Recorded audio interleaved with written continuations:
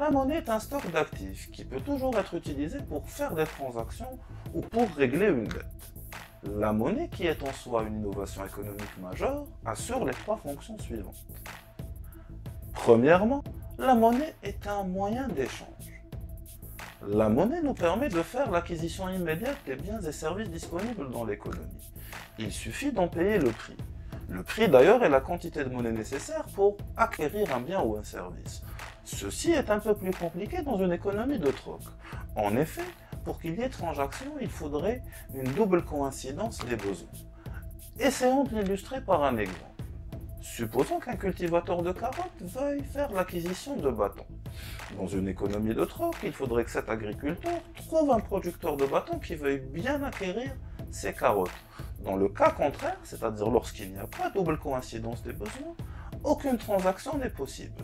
Par contre, dans une économie monétaire, si le vendeur de carottes veut acheter des bâtons, alors la double coïncidence des besoins ne s'impose pas. Il lui suffit d'échanger des carottes contre des dinars et d'acquérir avec ces derniers des bâtons.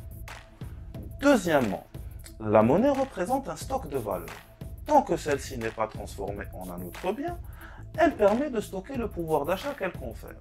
Par exemple, si j'ai un billet de 1000 dinars, ce dernier peut être utilisé immédiatement pour mettre de l'essence. Cependant, si je décide de ne pas l'utiliser, il pourra être utilisé ultérieurement pour soit mettre de l'essence, soit déjeuner, soit faire autre chose. Toutefois, il est à noter que ce pouvoir d'achat, quoique transférable du présent vers le futur, peut être érodé par la hausse des prix. En effet, si les prix des biens et services augmentent, ce qui est souvent le cas en Algérie, alors même si la monnaie transfère du pouvoir d'achat, ce dernier se verra érodé par la hausse des prix. Ce phénomène de hausse généralisée des prix est appelé inflation. Troisièmement, la monnaie est une unité de compte.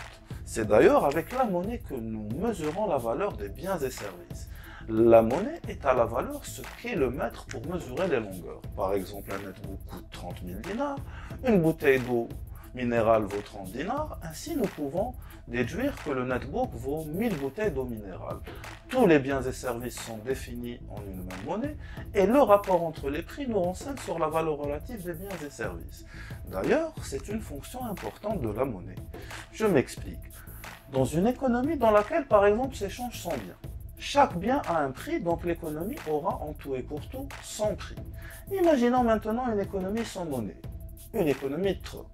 Dans cette économie s'échangent aussi 100 biens. Sans monnaie, chaque bien aura 99 prix, puisqu'il faudrait définir sa valeur par rapport aux 99 autres biens. Dans cette situation, on se retrouve avec des biens ayant des étiquettes définissant 99 prix. Par exemple, une bouteille d'eau vaut 1 millième de netbook, un 100 millième de voiture, un demi-kilo de pommes de terre. Et chaque fois que la valeur d'un bien change, 99 prix vont changer. L'économie ainsi aura en tout et pour tout une combinaison de 2 prix parmi 100, soit 4950 prix. En comparant les deux situations, nous voyons bien que la première est meilleure. La monnaie comme unité de compte facilite les échanges économiques et favorise la croissance.